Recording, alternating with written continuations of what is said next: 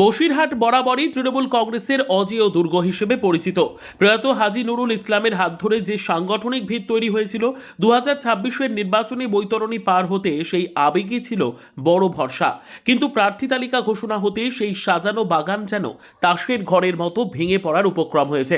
7টি বিধানসভার মধ্যে 6টিতেই বিদায়ী বিধায়কদের সরিয়ে নতুন মুখ আনার সিদ্ধান্ত আদতে তৃণমূলের জন্য বড়সড় কৌশলগত ভুল কিনা, সেই প্রশ্নই এখন বড় হয়ে দেখা দিচ্ছে।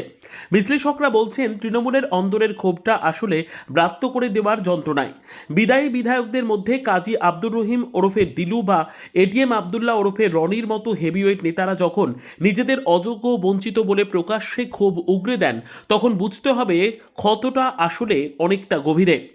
বাদুড়িয়ার বিদায়ী বিধায়ক কাজী আব্দুর রহিমের বক্তব্যে যে অভিমান ঝরে পড়েছে, তা দীর্ঘদিনের পারিবারিক রাজনৈতিক ঐতিহ্যের প্রতি দলীয় শীর্ষ নেতৃত্বের উদাসীনতাকেই ইঙ্গিত করছে। অন্যদিকে বসিরহাট উত্তরের রনি সাহেবের ফেসবুক লাইভে ঈদের পর চূড়ান্ত পদক্ষেপের যে সিদ্ধান্তের কথা জানিয়েছেন, তাতে তৃণমূলের ভোট ব্যাংকে বড়সড় ভাঙনের পূর্বাভাস দিচ্ছে। বসিরহাট সাংগঠনিক জেলার নেতৃত্বের দিকে আঙুল তুলে কর্মীরা দাবি করছেন, নিচুতলার সঙ্গে আলোচনা না করেই এই রদবদল করা হয়েছে। যে 6 বিধায়ক গত লোকসভা নির্বাচনে হাজী নুরুল ইসলামকে বিপুল লিড এনে দিয়েছিল, আজ তাদেরই দল টিকিট দেয়নি। এর ফল হতে পারে যথেষ্ট খারাপ। এই অবস্থা পর্যালোচনা করে বিশ্লেষকরা মনে করছেন, বিক্ষুব্ধ নেতারা যদি নির্দল হিসেবে দাঁড়ান বা নিষ্ক্রিয় হয়ে যান, তবে সেই শূন্যস্থান পূরণে ঝাঁপিয়ে পড়বে বিজেপি ও আইএসএফ। বিশেষ করে মিনাখা থেকে শুরু করে হারোয়া বা হিঙ্গলগঞ্জ, প্রতিটি আসরেই এখন গোষ্ঠীদ্বন্দ্ব চরমে। বলা ভালো, তৃণমূলের এই পারিবারিক কোন্দল এখন বিরোধী শিবিরের পালে হাওয়া দিচ্ছে। এবার প্রশ্ন উঠছে, ফল কি তবে বিপক্ষে যাবে? বিশ্লেষকরা মনে করছেন, তৃণমূলের এই নতুন মুখ দেওয়ার রণকৌশল বুমেরাং হতে পারে।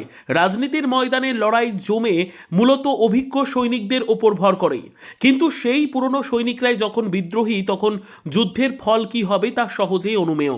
ক্ষুরধার বিশ্লেষণে দেখা যাচ্ছে, কর্মীদের ভাবাবেগে যে আঘাত লেগেছে, তা কেবল উন্নয়নের কথা বলে মুছে দেওয়া সম্ভব নয়।